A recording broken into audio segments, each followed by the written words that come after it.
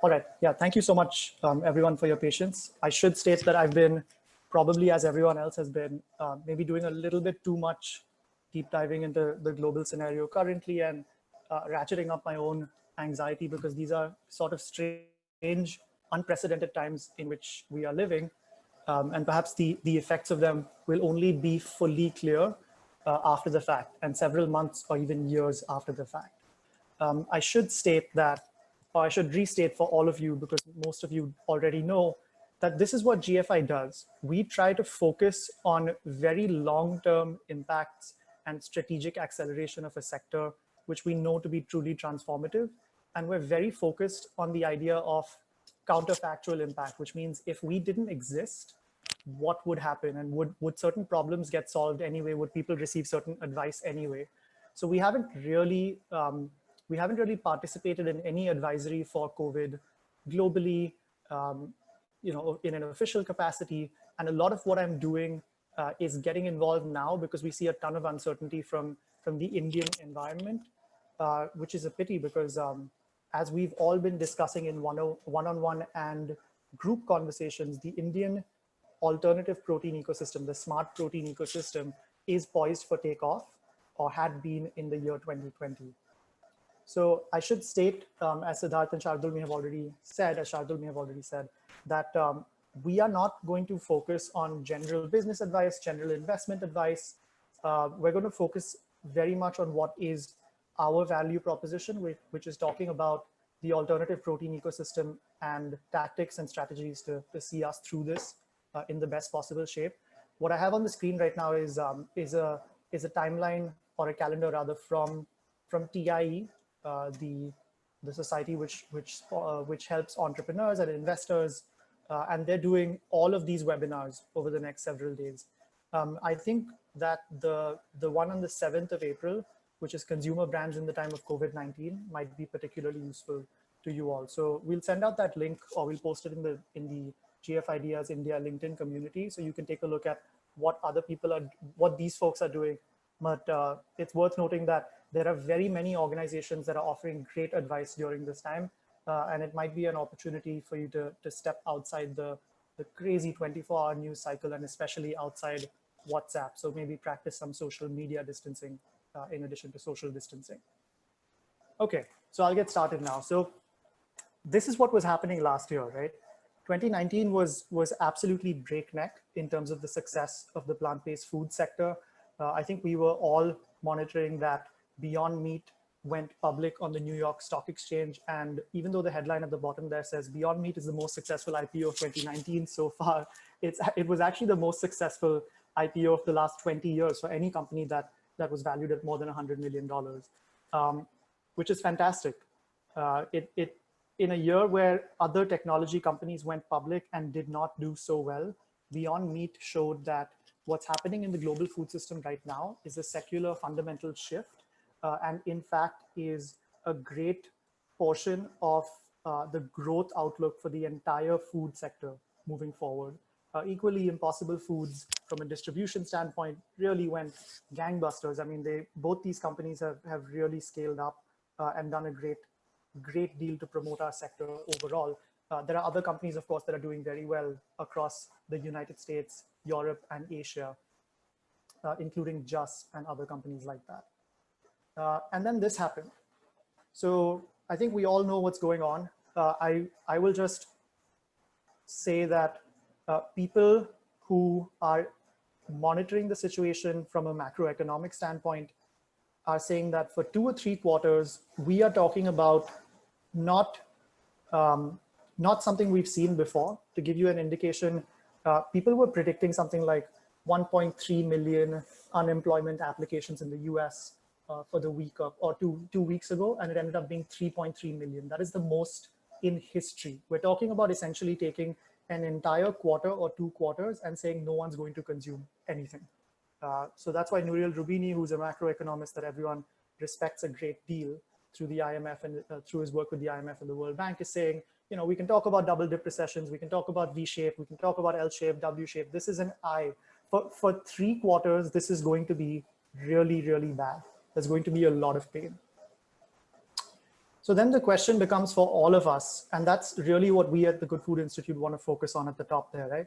How are we going to feed those 10 billion people by 2050 versus how will we, which is to say the individual we, the individual company, the individual scientist, the individual professional, how are we going to weather this black swan event? So we're going to focus not on those macroeconomic indicators, and I'm not a prognosticator of those. I simply cannot reliably make any predictions about all of those things. What I will say is what we know is happening that relates to our sector. And all of this that I'm going to say now is non-comprehensive. There are other factors at play. What I'm saying doesn't constitute investment advice, but it is definitely a sound way of thinking about the things that are happening right now. So firstly, just to go through a lot of these impacts, we're talking about vast changes, at least in the near to medium term, on consumer sentiment, on physical HoReCa and retail, on global supply chains, on corporate and venture capital. And then finally, we're going to talk about what we can do as the Indian alternative protein sector to maybe take clues from international and see how things are moving. Okay, so when it comes to consumer sentiment, we're going to take some clues from China because even though China is somewhat on a different planet from India when it comes to the broad base of consumption and spending power that the populace has, and just the GDP overall, it is the country that's been most advanced when it comes to COVID proliferation, of course. So we can get clues about how industry and consumers are bouncing back. And also it has a broad base of consumption, as does India, right? So a lot of the positive outlook, if there is one for India for the near to medium term future, rests on the fact that we have a broad base of consumption in the same way that China does. So we're seeing, quick bounce back in attitudes when it comes to spending from all of these areas. So if you look at Feb 21st to 24th, it was significantly worse than March 20th to 23rd. And it's worth noting though that the Chinese government, such as it is, did contain the spread from the Hubei province in a way that perhaps other countries will not be able to do. Important to remember that perhaps the change in consumer sentiment is dependent on category rather than on overall spending. So we know this for a fact. During recessions, during major sort of black swan world-changing events, people tend to reduce their spend of discretionary items like luxury things, like things related to personal care, et cetera, and even the pattern of spending might change, right? So people are definitely more receptive to online shopping, even more receptive, I should say, to online shopping than they are in a normal situation. So there's a lot of data about this out there. We're probably going to compile a number of links and send them out as a newsletter after this, maybe a week from now. It's worth noting that in the medium to long term, what emerges, and perhaps actually that's playing out to a great degree in the short term, is consumer sentiment towards animal agriculture is going to be more negative than it's been overall. We've seen this in the chicken industry in India, in the poultry industry, which unfortunately has gone through significant pain over the last few months as consumers are attributing or wondering if chickens are a vector of the spread of the disease. And farmers are having to dump chickens by the thousands and just bury them because they cannot afford to send them to slaughter. And the price of chickens is too low for them to consider doing that. So what I'm putting on the screen here, which is the public health and the global health implications of eating animals, is now more and more apparent to the average consumer than it has ever been in history. And what's on the screen here is about antimicrobial resistance infections rather than about pandemics that deal with zoonotic disease that are usually viral in nature. But the point stands. And when we talk about pandemics, when we talk about antimicrobial infections and antimicrobial resistant infections, it's well known that 70 to 80% of antibiotics are consumed by animals in a subtherapeutic way, which breeds these sort of diseases, right? In fact, during this time of COVID spread, we actually had 3 to 4 stories emerging about swine flu breakouts. There was a story that emerged about swine flu breakouts in Uttar Pradesh at the beginning of the spread of COVID. So consumers are definitely paying attention to all of these stories as well. And in the near term in India, it's already had some impact. So, you know, the overarching big story here is if you look at SARS, swine flu, avian flu, and COVID, all of these pandemics, and of course, none of them have reached COVID status up until this point, all of these pandemics emerged from the animal supply chain. There is also other supply chain risk, and we'll cover supply chains in a bit, but there's also other supply chain risk that's been playing out in China over the last year, even before COVID. So something like 1/3 of the pig population in China had been decimated over the previous year by what's known as African swine fever. So all of these pieces of news are proliferating more than they have ever before.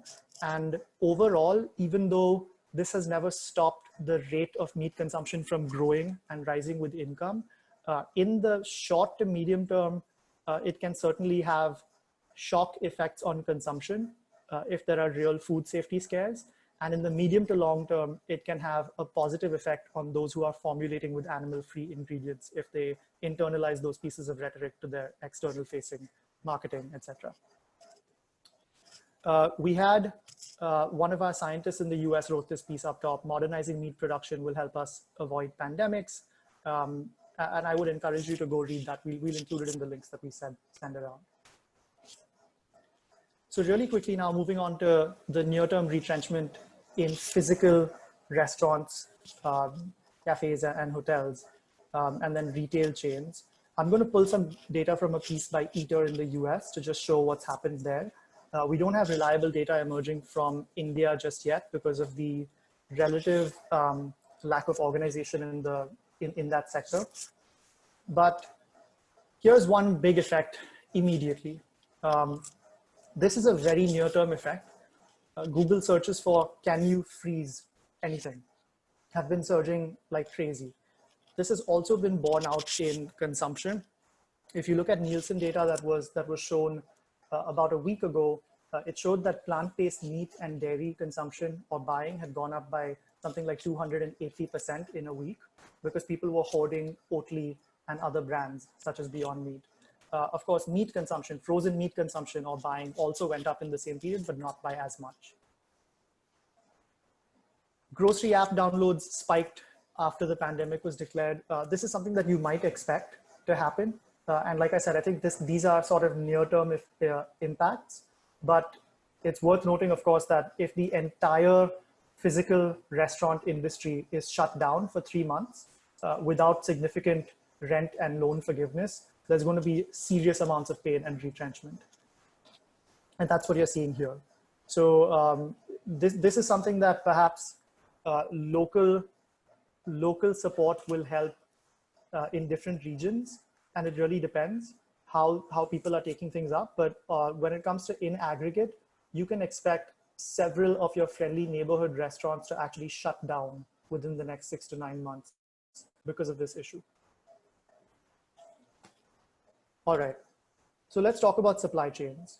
What's been happening in supply chains over the last decades is companies have been offshoring their supply more and more and taking advantage of more and more free trade agreements, which basically allows you to have these multi-tiered supply chains that take advantage of the comparative advantage of each country or each region, right?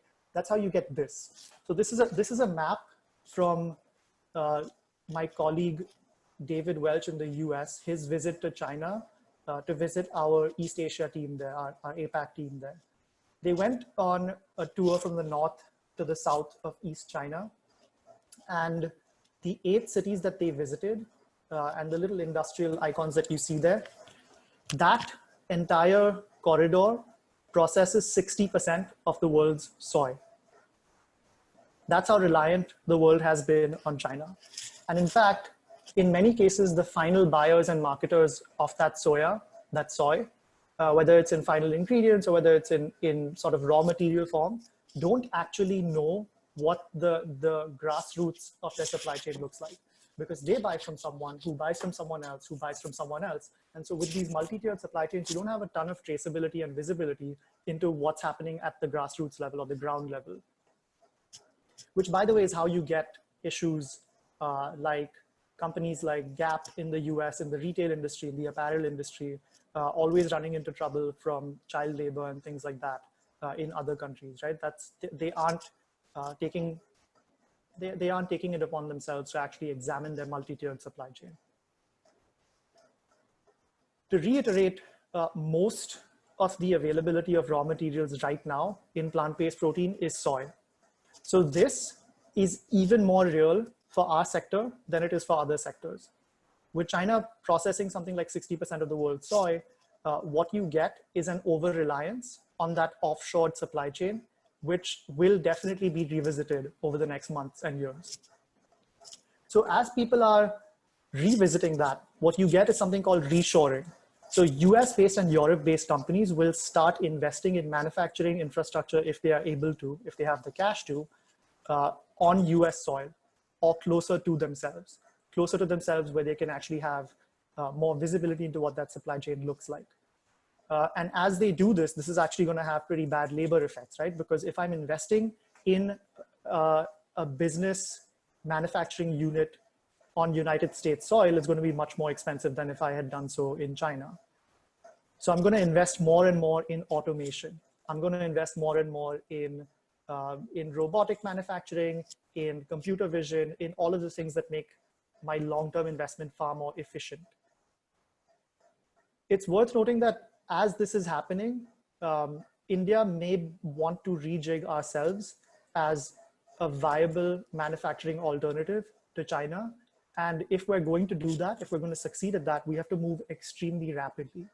And I don't know how that's going to play out, to be honest with you, but we will definitely have to refocus a lot of capital and a lot of strategic insight onto these value chains that exist in India in our indigenous crops in order to be able to emerge as a viable alternative. More on that later. So going a little bit now to corporate and venture capital. So the way this stuff works, and we do have some investors on the call today that are in and just thinking through some of these questions and facing some of these questions actually themselves. The way this kind of works is you have a financial crisis or a recession, which affects the supply side of financial liquidity. So banks aren't able to extend loans anymore or continue giving tranches of loans that they may have owed before. And the stock market has fallen very drastically. And therefore, the people that actually write checks, investors, as well as family offices who give checks to those investors, the limited partners who invest in funds of investors, are all cash strapped.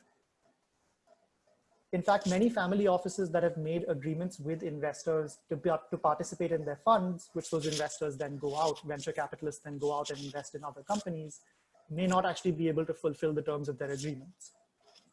So what happens there is a situation like this. This is CB Insights data. I just took it from a piece on their page, which I will link to. But if you look at Q1 2020, there is already a drop-off from what was expected to happen globally. And this is all private market funding. And Asia is far worse than that. So Asia has suffered a lot with respect to the rest of the world as well. And perhaps for those in the Indian ecosystem, this is even more alarming because seed funding is probably going to suffer the most. So early stage funding, first round funding is going to suffer a lot. And that's true globally as well.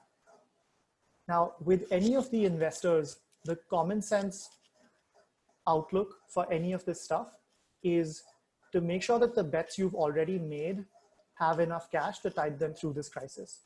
So any of the investors that you may be speaking to now, or a great number of them at least, are already talking to companies that are in their portfolio and saying, let's figure out a way to get you through this. Let's make sure your cash position is solid. Let's make sure you can retain whatever extent of your workforce you need to, and that you have enough runway to get through this. And in fact, if you think about it, it advantages them to do so because they get to own a slightly larger piece of a company that they already thought was worth investing in. So if And by the way, these are the investors that you want to invest in you. These are the investors that stand by the companies that they invest in. So if someone who's an investor is telling you, I'm sorry, we just can't do deals we can't do new deals now where we are concentrating capital in the companies that we have already committed to, that's the kind of investor that you want behind you. All right, so what does all of this mean for all of us in the Indian industry as we try and wrap our heads around this global situation and Indian situation and all of its impacts on us? Well, the first thing I would say is progress overall is not inevitable. The success of our industry has not been inevitable from the start. What's been happening is really promising early signs of fantastic technology being applied to huge problems and transforming a $4 trillion industry. The reason that GFI uses the time frame of 2050 so much is because that's how long we think it will take to solve this problem. And that's kind of borne out by how much investment has gone into our industry overall. I use this slide a lot. If you look at renewable energy investment, which is a pretty analogous area to plant-based and cultivated meat, it gets roughly $400 billion a year in total investment and R&D. The entire combined R&D into our sector has been $1 billion traditionally. So while we're continuing to work on all of these issues, it's worth noting that we're starting from a much lower base in our sector. And it's worth noting how to get through this time of crisis in the most lean way we possibly can. I would strongly recommend thinking about how to think about strategy at times of crisis and at times of external uncertainty. This is one book that's really good. Andy Grove was the chairman of the board of Intel. He was one of the founders of another semiconductors company and then Intel. And this is a man who's revered, and his writing and his counsel has been revered a lot in Silicon Valley. There are many, many other folks that are writing really well about this. McKinsey, BCG, all of the strategy consulting firms are the types of things that I would read to think about strategy at times of uncertainty. The second thing that I would say is, sorry, just one second.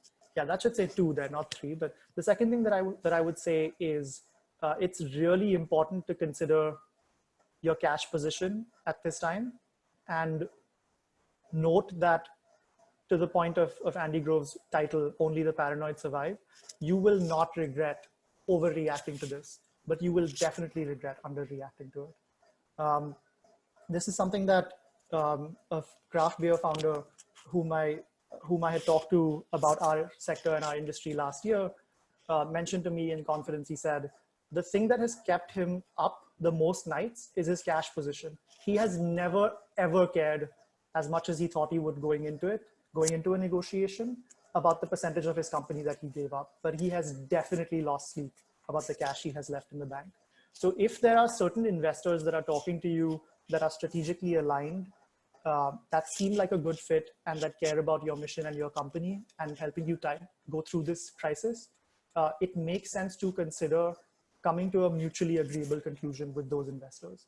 And this is what companies in our sector globally have been doing, right? So obviously, look, these are companies that are seen as the premier option in our industry and therefore are going to attract the most capital. But Impossible Foods announced at the beginning of this crisis, or I would say at the middle of this crisis when things were going really bad, they announced a $500 million Series F funding round to keep the lights on through all of this and to make sure that they can grow through all of this.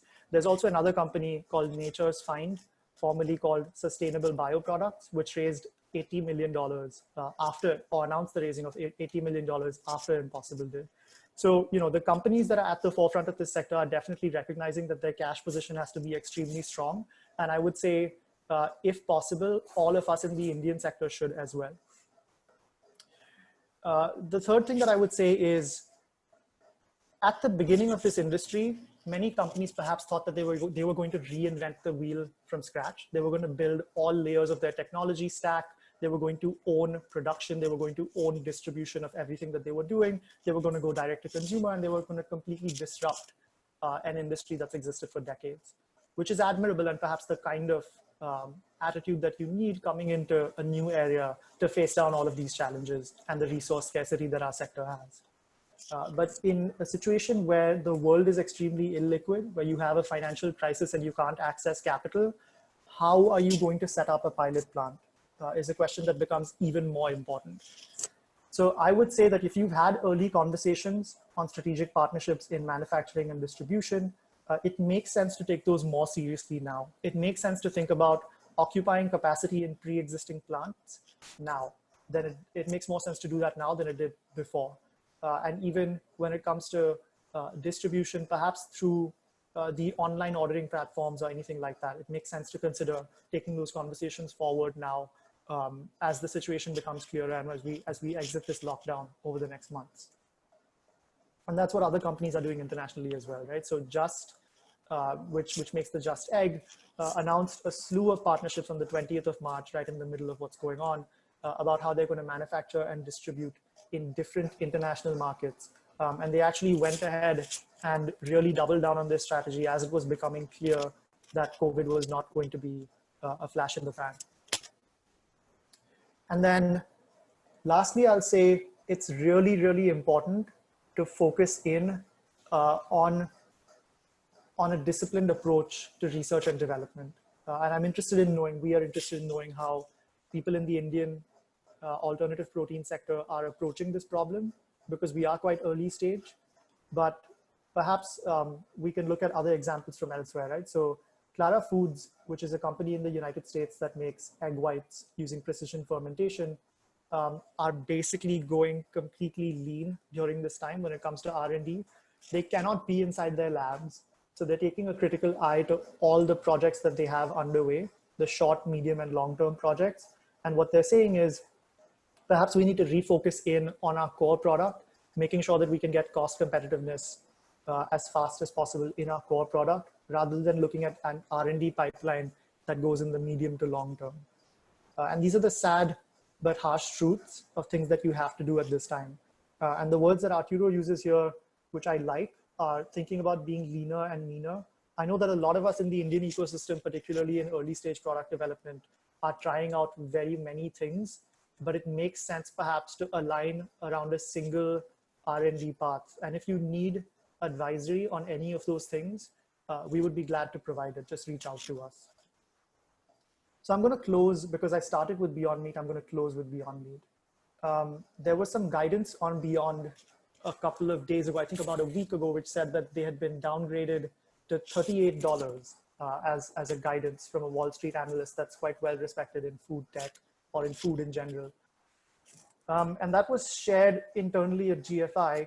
And it seemed like bad news, because at that peak over there, which is around July 2019, Beyond Meat was at $222.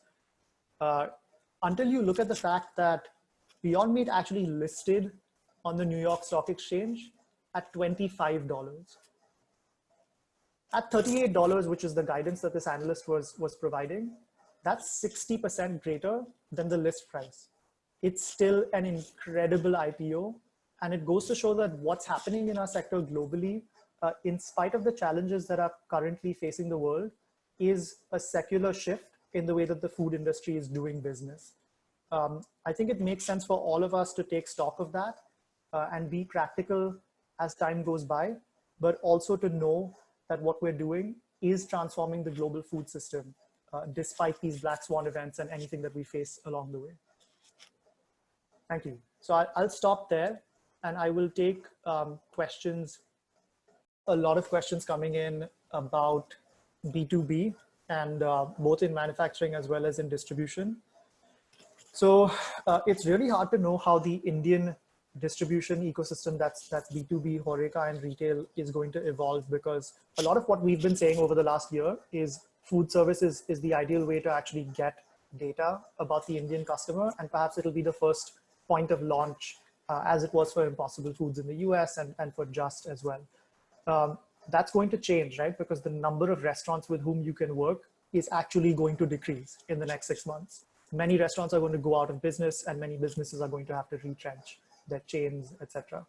So while I think things are evolving and we should take a wait and watch approach. To the extent possible, if you can conduct really quick consumer research and get access to people online, that would be great to do. It might cost you a little bit of money, and we can talk to you about how to do that for as low cost as possible, because we've done studies like that in the Indian ecosystem. But it's definitely worth doing in terms of understanding and analyzing consumer behavior over the next 6 months and what's going to endure beyond that. To be clear, we are also going to be doing a lot of this work. We're going ahead with our consumer research agenda. It's going to be tweaked slightly, of course, to try and remove these confounding effects of COVID. But we will keep communicating with you folks about how that's evolving over time. But yeah, get in touch with us if you're interested in talking to more consumers. There was another question, as I said, about manufacturing. So we're compiling lists of co-manufacturers and product development labs, but perhaps what's needed in India is fundamental investment in innovation centers. And we've had some productive conversation there with large companies that are more interested in the Indian ecosystem now. But I think the timeline all depends on exactly what happens fiscally globally. So whether they have the money to actually invest in equipment right now in India, which may not be, to be clear, the highest priority market for them, given that meat consumption is higher elsewhere. So, it's an evolving landscape. What I will say is, to the extent possible, since you have some time to consider this, try and establish international ties as well. If there are innovation labs in Singapore and in Israel and other places, as a lot of the immediate term lockdown effects of this pandemic end or become less pressing, it may make sense to start doing more field type R&D or applied R&D to take things to market at a lab scale and a pilot scale abroad rather than in India. Okay, Shardul, do you want to pick more questions here? Because there's many coming in. Okay, so what are the biggest concerns GFI has about macro issues in the next 6 months in India? So right from the farming to end product, all along that value chain, there's going to be supply shocks. So farmers right now are going to have a lot of pain and probably will need loan forgiveness from the government. Although I'm not making a political statement here about that. I'm not even officially representing GFI when I say this. This is my personal viewpoint, that farmers will probably need loan forgiveness. There's a supply glut of a lot of commodities that just are dropping in price like crazy, like wheat, for example. And farmers are not going to be able to sell that through and are not going to be able to realize a lot of income on that. So that's a big concern. A lot of what we've been saying is we should hopefully help farmers tap into new, greater sources of value-added income through the growth of, let's say, mung beans, because companies internationally and in India are looking at mung beans as a source of plant-based eggs and other products. It's difficult to know how much liquidity farmers will have to do that now over the next 6 months. So that's definitely a huge problem. And as you know, the economy is extremely complex, right? So if there's a supply shock on the farmer side, it extends to the traders, it extends to the processors, it extends to the end product formulators, which is many of the people on this call. So yeah, all along this chain, it'll become clear exactly how bad this is over the next 3 quarters rather than immediately. But yeah, I think the liquidity crunch, while it will be mitigated by interesting product development from banks, even the banks themselves are in a huge problem. So, access to liquidity, access to finance has been a big problem in agri in India for a while. But especially now, of course, that's going to be an even bigger problem. As far as other macro issues are concerned, the labor market's going to be really bad because many companies are going to retrench and need to lay off many people. That actually might create opportunity for companies in our sector. So if you have the ability to take on talent, you may find talent available on the market to a much greater degree than it was before. And perhaps you'll be able to get talent that you wouldn't have otherwise been able to get before as a startup. So that's not a concern. That might be a plus point. But yeah, I could really talk about this for a long time along all of these areas. Shardul, should I Oh yeah, cue? sure. There were a few questions on the, yeah, sure. I mean, we can actually keep it a mix of you being there and at the same time some of the entrepreneurs who are there from the ingredient side can also answer. So few questions we've been getting are basically talking about what do we really do and how does this pandemic would affect the manufacturing of plant-based ingredients in India. And I know that there are attendees who are from plant-based ingredient companies today. So if anyone who is from such a company representing today, if you would like to answer that question, I can actually give you speaking access so that you can contribute to this. Please just go to your profile and say raise hand so that I can see that. Okay, so there's questions about things like technology transfer and product development. So we've been preparing spreadsheets and databases of people that can do product development on a consultancy basis, either in universities or in their own shops. And the issue, of course, is the fundamental infrastructure at the lab level, right? So if they're not able to use the machinery that you need to make plant-based meat, because those are quite technical products, you might have issues with getting a really high fidelity product. So I really think that this problem is something that cannot be solved immediately, but will be solved over the next 6 months to a year, COVID notwithstanding, because a lot of companies will consider setting up innovation centers in India. It all depends on their current liquidity position. As far as other things about positioning and etc. Yeah, so I mean, what GFI is doing is we're definitely not going all in on saying, look, this happened because of industrial animal agriculture, because it's not the most tasteful rhetoric at this point in time. And also the immediate term reason for the pandemics happening was the fact that wet markets have multiple species inside them, and zoonotic jumps are made more likely when you have a bat and a pangolin and a chicken and fish all next to each other in the same wet market. It's worth noting that India's distribution infrastructure for meat is primarily wet markets, although they're not mixed species wet markets as they are in China. So a lot of the issues associated with antimicrobial resistance, if not viral zoonotic jumps, will exist in India. And perhaps, as I was saying, consumers will start demanding cleaner and more traceable and more visible supply chains over time. So that's definitely something to think about in your individual marketing materials. And maybe that makes sense for us to consider putting out some guidance about how we are talking about this so that companies can see what pieces they want to add to their own marketing materials. Okay, so the question basically was that how do we see the situation kind of affecting the supply and manufacturing of ingredients, especially the plant-based ingredients that go into making of plant-based meat, eggs, and dairy, and other alternative protein products in India. So there are a lot of people from the flavor manufacturing industry, ingredient manufacturing industry companies. So if you guys are interested in answering that question, just type them in the chat box and I can give you speaking access. Pankaj, would you like to add to this? Yeah, I think if anyone who's in the audience has some guidance on how they're seeing their own supply chains evolve. So if, for example, you need a specialized ingredient for your products, for your end products, that could be agri related. It would be great to hear your perspective on how this has affected you already and what the prognosis is for the future, right? Because as you start looking at your own supply chains, you're maybe forecasting lower volumes coming through. It would be great for the group to know that. Great, Pankaj, so Yeah, you can speak now. yeah, Varun, can you hear me? Yeah, okay. So I would like to answer this because as you know, this meat-based products has been picking up in the market, and we as a company, so we are basically a French company, and most of our products are very specialized in terms of manufacturing process, in terms of the way they are produced, and they are coming from either Europe or US. As of now, we don't have manufacturing base in APEC, which is like any of the Asian countries. So this COVID situation has impacted us a lot, wherein the kind of inquiries which we are getting for our ingredients, we are not even able to sample our products. We are totally stuck due to this lockdown situation. That stands for sampling. And if even if there were some customers who had tried our products, they wanted to go ahead.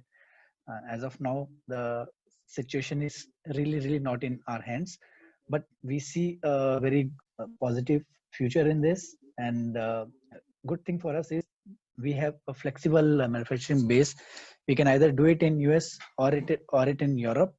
But as of now, we don't have an answer to give to our customers because all our sites are still functioning, but the transportation is impacted. Yeah, I mean, so a lot of this stuff. Sorry, a lot of this stuff I think is not fundamental and will not continue beyond maybe 1 or 2 quarters from now.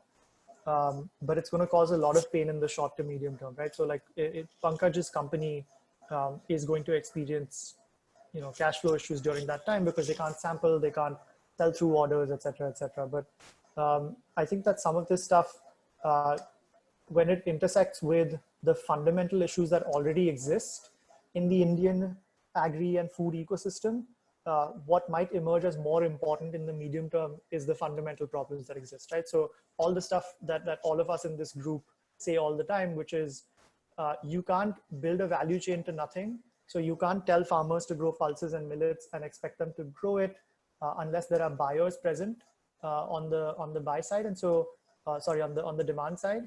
And so if we have the ability to formulate really good pulse-based innovative products, that's going to be attractive to farmers to grow those things.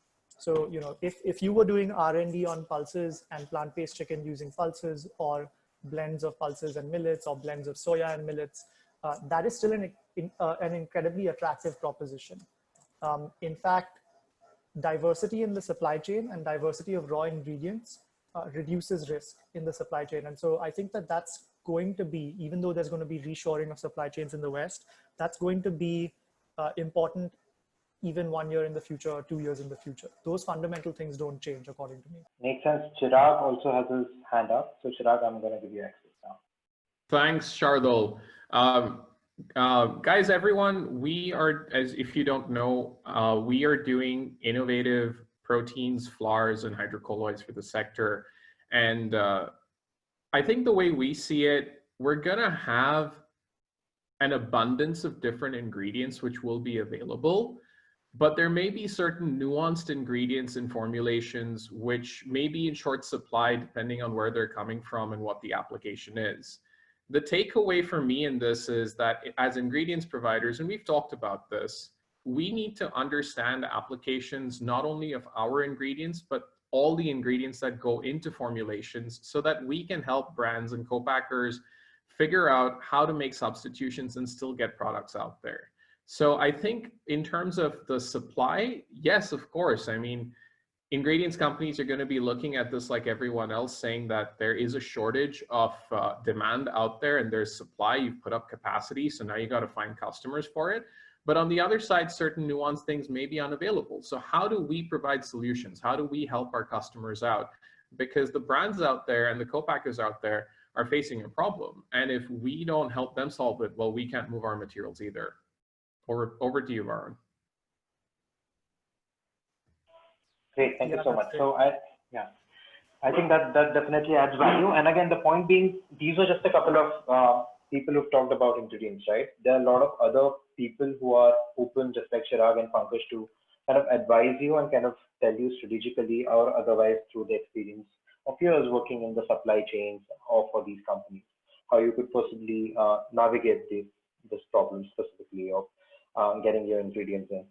Let's try to move on the next theme about investments, right? Since that was a recurring theme on the email responses that we got from some of you around if you're trying to raise money, around the discussions you are having with VC.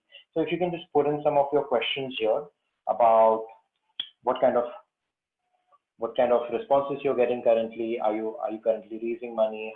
How are the discussions going? Maybe you can just collect those few questions in a couple of minutes in the chat box and then can answer it. We also have few investor partners who might add value to this discussion.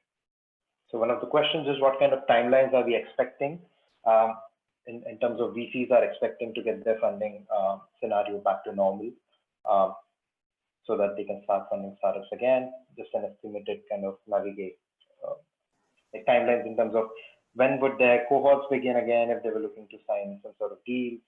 Is that back to normal? So these are just general recurring themes. Yeah, I mean, so some of the stuff we didn't touch on this call is, people have moved to remote cohorts, have moved to remote, I think even remote due diligence in some situations, etc., if they're doing new deals. I think it all depends on your definition of normal. This is going to be a recession. And so, without assuming stuff that's over our heads, like what kind of bailout packages will come in from government to tide over any liquidity crises, I should think that for the next 2 to 3 quarters, we're looking at reduced investment at least. And then year on year, it'll improve over the next couple of years. But I don't think we're looking at a very quick bounce back unless governments come in and do really, really significant work on liquidity. As far as the actual investment is concerned, we've seen in India some seed stage investments happen, right? So Sequoia did a couple of investments in Q1 2020 that looked at actually themes that were related to remote and work from home, etc.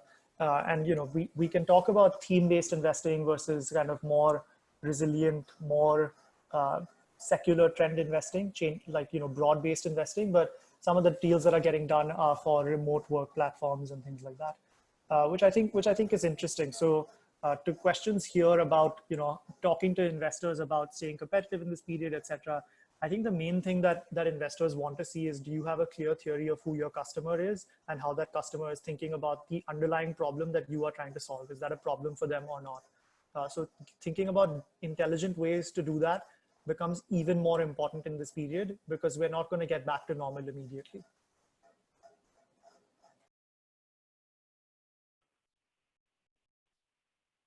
Great. Are there any other investors who would like to add perspective to this, who are present with us today?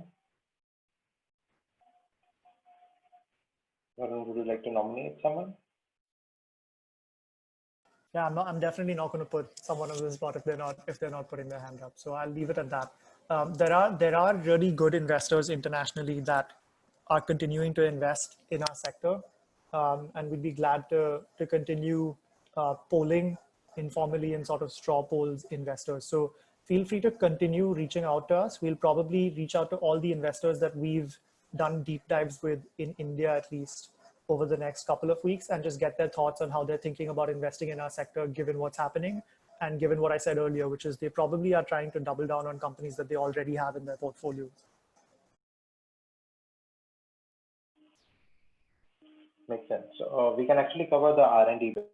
So as we discussed initially, one of the things that we once wanted to touch upon was how our entrepreneurs and businesses dealing with R&D in this situation.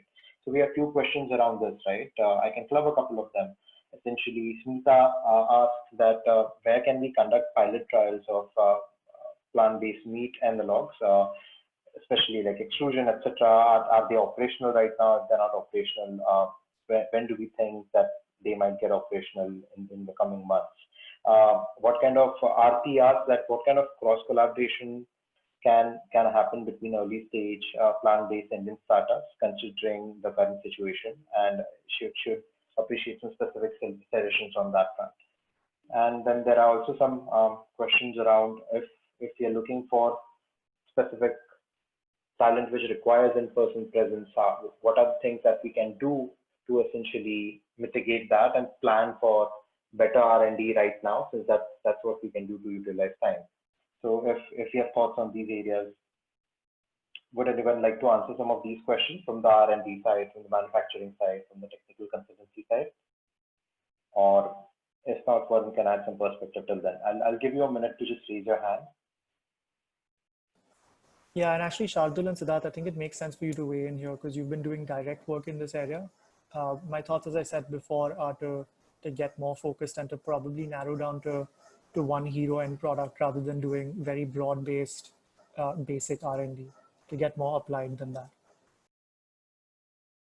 When it comes to the actual operationalizing of that and what those physical partnerships look like, I think you're better.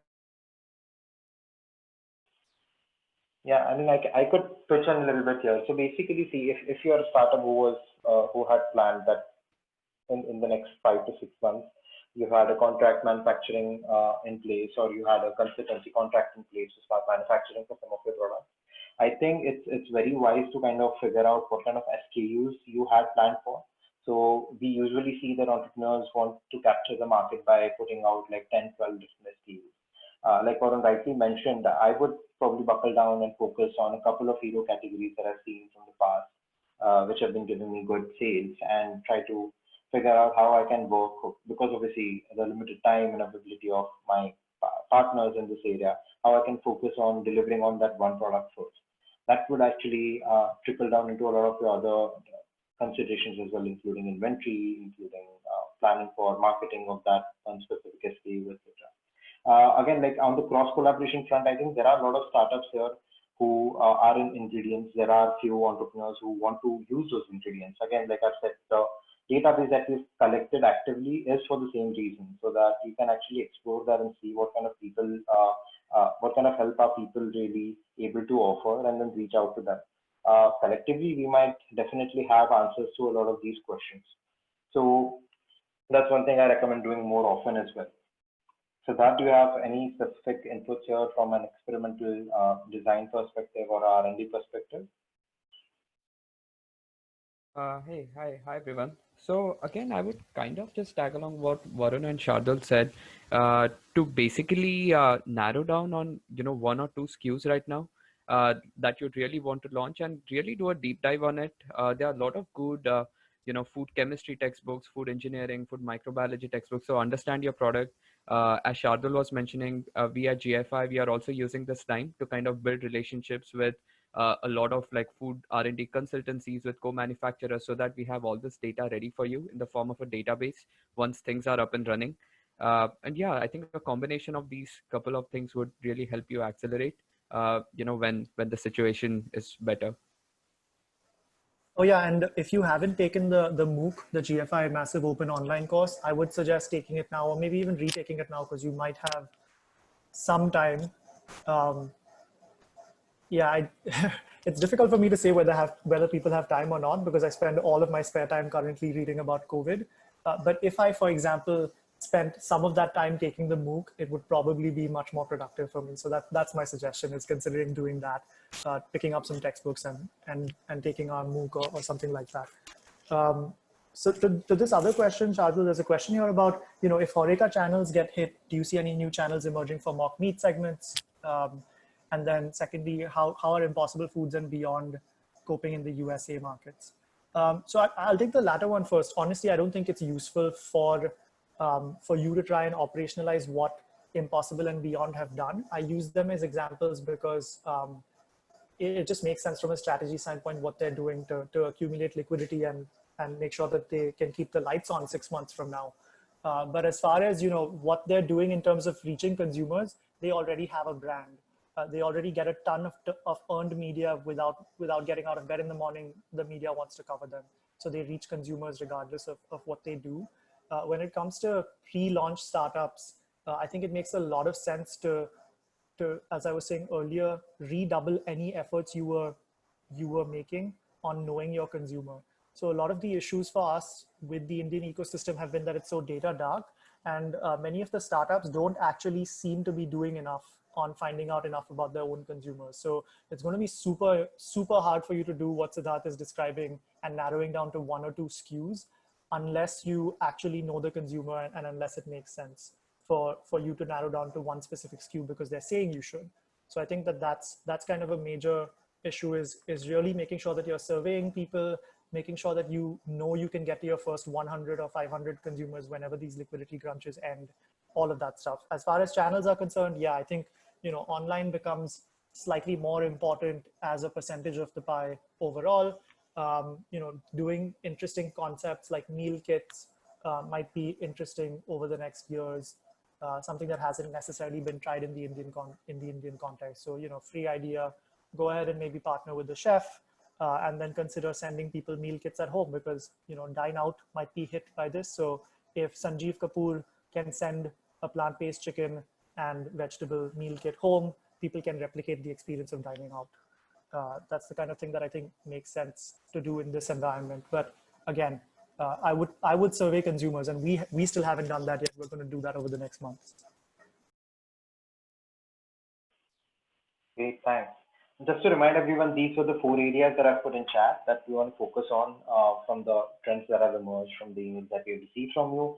Again, I think we should really think of this as an informal session, the part 2 of our webinar today, and kind of contribute wherever we can from our experiences of dealing with stakeholders, our regular customers, and how things are shaping up, just like Pankaj and Chirag did.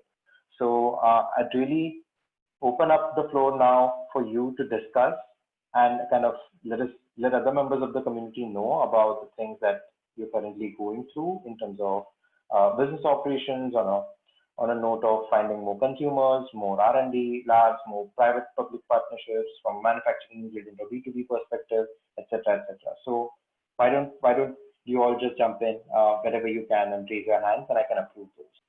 Great, Christian. Why don't you introduce yourself and tell us a little bit about the overview that you're thinking, how it's affecting the current startups that are with BIV, etc. Yeah, well, first off, I want to say thank you to the GFI team. This is a phenomenal vehicle to kind of get the community understanding what's happening in the situation, right? So for the people who don't know me, my name is Christian Cadeo. I don't know if you can hear me, Christian Cadeo, and I'm the managing partner of a VC fund called Big Idea Ventures based in Singapore. I just wanted to make a quick comment. I think from an investor perspective, what we're seeing is it's kind of an interesting juxtaposition where on one hand, it's clearly a risk-off environment where essentially a lot of people, mainly what we've seen is family offices, maybe some VCs are pulling back, which definitely does make it harder for startups to raise capital now. So that is definitely happening.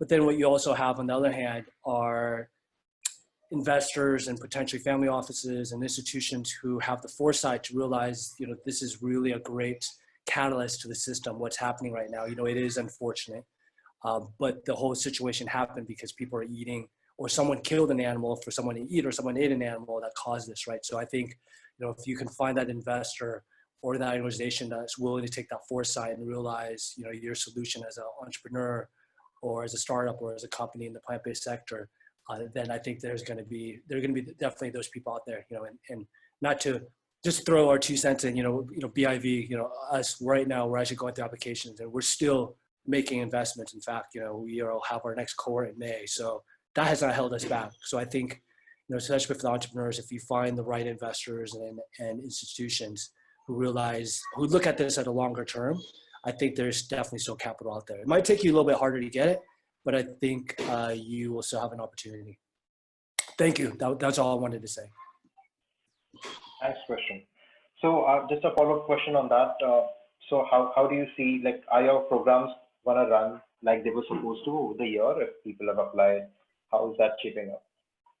Yeah, great question. So, and I think what we're going to have to do is we will definitely have to run it virtually. I don't know if you've heard, probably no one in India has heard, but in Singapore, they've done pretty much a lockdown starting next week. So it's pretty strict and stringent in terms of who can do what. So our program's 5 months. So what we'll probably do is do a virtual program, concurrently have a backup that the minute the restrictions are lifted, as well as it's safe for people to come to Singapore, then we would have an on-premise aspect to it as well.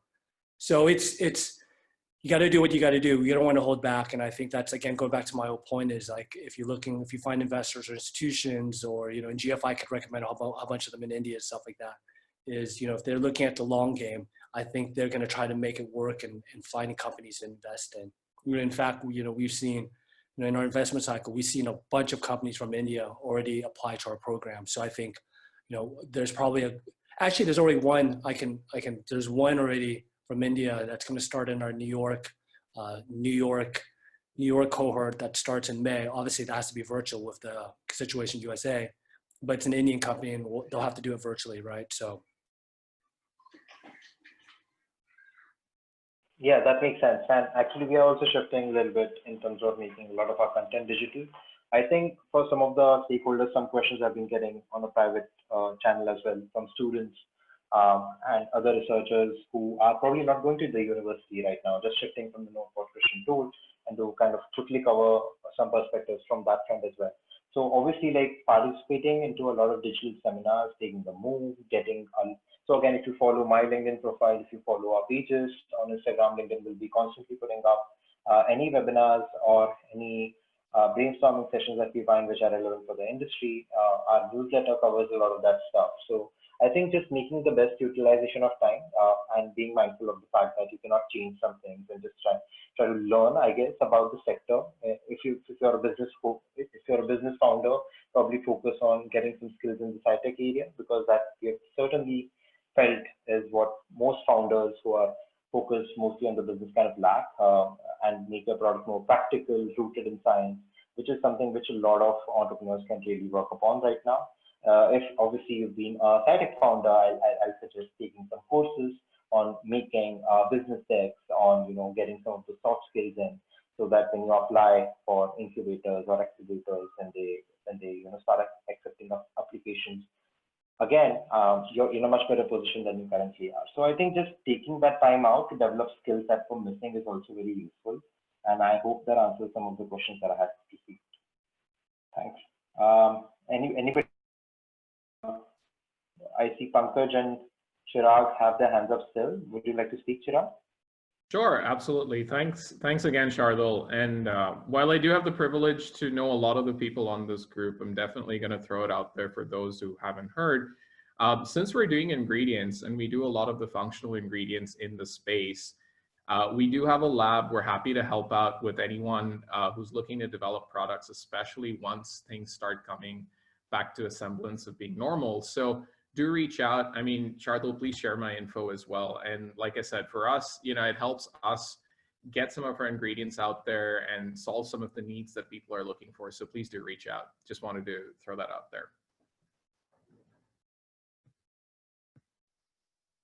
Sounds good. Thank you, Chirag. Arnav, would you like to continue? Would you like to add something to the discussion? But why don't you introduce a little bit about yourself, Arnav, before we start speaking? You have to unmute yourself. Yeah, can you hear me now? Yeah, sure. Just a line of introduction and what you do, and maybe take it from there. Yeah, I am Arnab Guha from Impeccable Innovations Private Limited. It's a agri-food startup from Bangalore. And currently we are into the manufacturing of a gluten-free flour. It's a multigrain gluten-free flour. Then we also manufacture sugar-free chocolates. And also we work with the farmers in terms of chemical-less farming. And in the mock meat segment, we are currently working on concept of mock chicken. Currently it is still in the R&D phase. And we are looking to get the product right and the delivery right. So maybe in a quarter's time, we will be ready with our prototype. And what I wanted to know from this team is, currently due to the COVID-19, we see that people may have apprehension toward eating meat-based products. So as an entrepreneur, I want to cash in on this opportunity and want to know what strategies as an entrepreneur we can use in our marketing communication so that more and more people get hooked up to the plant-based mock meats. Okay, I can try answering that a little bit. From what I understand, you want to understand more about branding and communication of the products, right? I don't know if you have personally gone through some of these resources, but GFI has a lot of specific guidance, and some of it is obviously specific to the West. And like some of you already know through our interactions with us over the next 6 months, we'll be doing a lot of in-depth consumer research in India about what exactly the segmenting, targeting should look like when it comes to Indian consumers. There's a lot of data missing for India, to be honest. And a lot of you were at Future of Protein Summit, and you had sessions on our consumer insights segment as well. So if you just refer back to a lot of those notes, and there's a Future of Protein Summit video channel that we have. If you just go back to that session, kind of revisit the insights that were shared, there was, as far as I remember, Dhruvi, who's a corporate engagement specialist, did a presentation on the specifics. A lot of that would tie in, will still hold true. And how it would change with the current pandemic is, like Varun covered some of this in his earlier presentation, right?